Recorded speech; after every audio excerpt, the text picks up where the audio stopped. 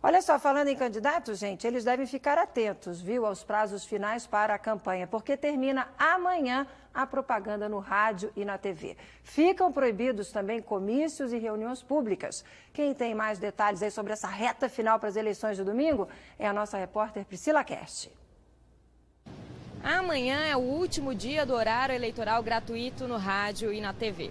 Depois disso, os candidatos também não podem mais fazer comícios. O que segue é a propaganda paga na imprensa até sexta-feira e depois disso, as campanhas com carro de som ou então distribuição de panfletos que podem seguir até sábado. No domingo, só os eleitores podem ir votar usando ou uma camiseta, ou um broche, ou um boné do candidato, mas sem fazer distribuição de material de campanha. E quem ainda não sabe onde vai votar, pode consultar essa informação pelo site tre-sp.jus.br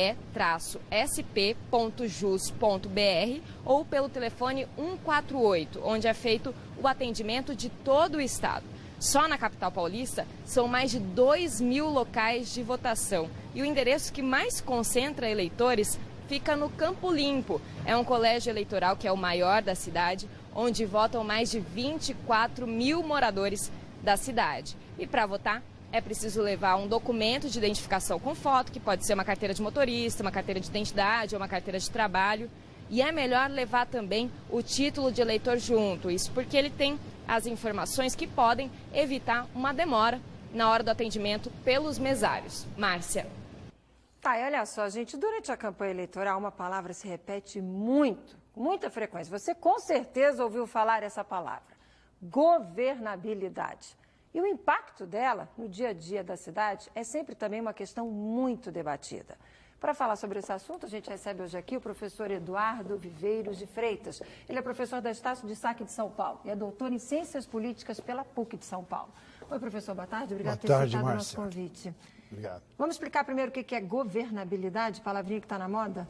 Governabilidade, ela começa a se formar no momento em que os partidos organizam as coligações. Eles já começam a pensar na formação de uma eventual maioria que faça que na Câmara, na Assembleia Legislativa, na Câmara Federal, se tenha uma maioria que aprove os projetos e as propostas dos governantes do Poder Executivo.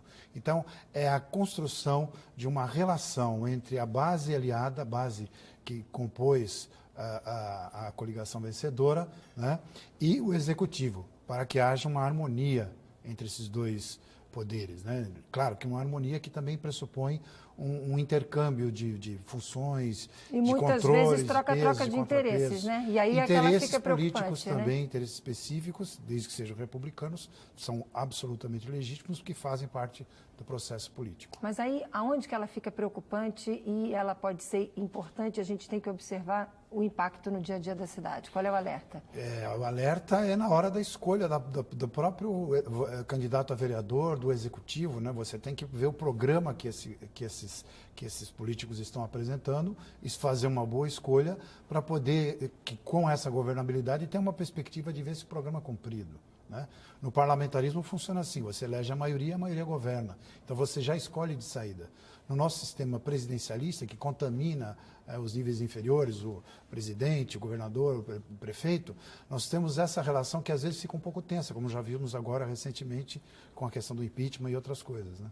E a gente recebeu aqui, durante a sabatina feita pela TV Brasil, pelo jornal É o País, candidatos que falaram bem claramente que não fazem acordos, que não têm interesse em negociar antes da eleição. Quer dizer, mas aí fica meio difícil, né? Como é que se elege? E como é que o eleitor acompanha isso depois, para saber se ele está sendo fiel àquilo que ele prometeu? Ele, eu digo, o candidato. O candidato a vereador acompanhando o desempenho do mandato. Hoje nós temos as redes sociais, temos aplicativos, temos como acompanhar o exercício do cotidiano do parlamentar, seja vereador, deputado, senador, enfim, né? É possível fazer esse acompanhamento. Em relação ao executivo, é ver como ele monta o seu governo, se ele é fiel àquele programa que foi constituído na coligação, se ele dá cargos para essa coligação exercer funções administrativas que vão levar esse programa adiante, ou se ele, por conta de necessidades políticas específicas, abre mais o leque dessa composição e acaba descaracterizando o programa. Acaba descaracterizando a proposta que você votou, que você escolheu. É importante fazer algum alerta com relação a essa próxima eleição agora de domingo? Muda alguma coisa no voto? O voto mudou em relação à resolução que regulava as eleições anteriormente, no seguinte sentido, quem costuma votar em partidos pela legenda, né, tome um pouco de cuidado, porque agora há uma norma que o candidato a vereador ele tem que ter pelo menos 10% do coeficiente eleitoral para poder se eleger. Tem um número X de votos, ele tem que ter 10% desse número. Se ele não tiver, o partido pode não eleger nenhum, mesmo tendo um número razoável de votos, não alcançando o coeficiente, pode não eleger nenhum vereador. E os votos dessa minoria acabam passando pela maioria. Foi uma jabuticaba que foi plantada, né, um jabuti que foi colocado na árvore da resolução eleitoral pelo Eduardo Cunha, né?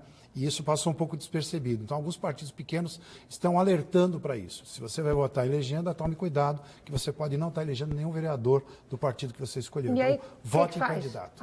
Vote esse é o alerta. Escolha um candidato do seu partido, do partido que você escolheu, né? Vote com tranquilidade, escolha com muita segurança, como a gente falou agora, né? Atento a uma certa coerência doutrinária, política e doutrinária, né? E vote em candidatos, não necessariamente na legenda. Esse é o alerta que você diria que é o mais importante para o dia de domingo. Essa é a dica que a gente dá nesse momento. Tá bom. Professor, obrigada pela participação. Vote com consciência. Ótima tarde, até uma próxima oportunidade. Todos nós.